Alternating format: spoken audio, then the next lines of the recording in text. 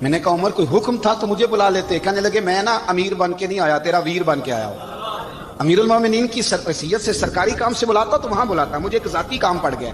کہتے میں نے عمر کو گھر کے اندر بلا کے چارپائی پہ بٹھایا. میں نے کہا حضور میں غریب آدمی ہوں, میں کیا آپ کے کام آ سکتا ہوں؟ تو کہتے انہوں نے نا مجھے ساتھ بٹھا لیا, پھر میرا ہاتھ پکڑ لیا. کہنے لگے تو عمر کو جانتا ہے؟ عمر جھوٹ نہیں بولتا. تو جانتا ہے عمر وعدوں کا پکا ہے؟ کہا حضور جانتا ہوں. کہا میں اس وقت آیا ہوں جب دیکھ بھی کوئی نہیں رہا. حضرت حذیفہ بن یمان کہتے ہیں پریشان ہو گیا, حضور پہلیاں نہ بجھوائے, مہربانی کر بتائیں کدھر آئے ہیں. حضرت عمر فاروق فرمانے لگے 62 سال کا ہو گیا ہوں, 63 میں چل رہا ہے, داڑھی سفید ہو گئی ہے, ال پک گیا, اٹھ فریدا ستیا, داڑھی آ گئی پور, اگا نیڑے آ گئی, پیچھا رہ گیا دور. اب قبر اشر کا معاملہ صاف نظر آنے لگا ہے. کہا حضور مجھ سے کیا چاہتے ہیں؟ حضرت عمر رو پڑے. کہنے لگے آج میں عشاء کے بعد نکلا ہوں تو نبی پاک کے صحابہ مجھے نیک کہہ رہے تھے, پھر میں نے بچوں کی ماں سے اور بچوں سے بھی پوچھا ہے, وہ بھی مجھ سے راضی ہیں. پر حذیفہ تیرے ساتھ نبی پاک راز کی باتیں کرتے تھے, سچ بتا کہیں عمر کا نام منافقوں میں شامل تو نہیں؟ سچ بتا ان منافقین میں تو شامل نہیں, کہیں اوپر سے تو نہیں سارا کچھ؟ حضرت حذیفہ بن یمان کہتے ہیں میں باپ کے مرنے پہ اتنا نہیں رویا جتنا عمر کے سوال پہ رویا. میں قدموں میں بیٹھ گیا. میں نے کہا نہیں عمر, یہ تو میں نے نہیں سنا, لیکن یہ میں نے نبی پاک سے ضرور سنا ہے کہ میرے بعد اگر کوئی نبی ہوتا تو عمر ابن خطاب ہوتا. یہ میں نے اپنے کانوں سے سنا ہے کہ عمر جس گلی سے گزرے شیطان راستہ بدل جاتا ہے.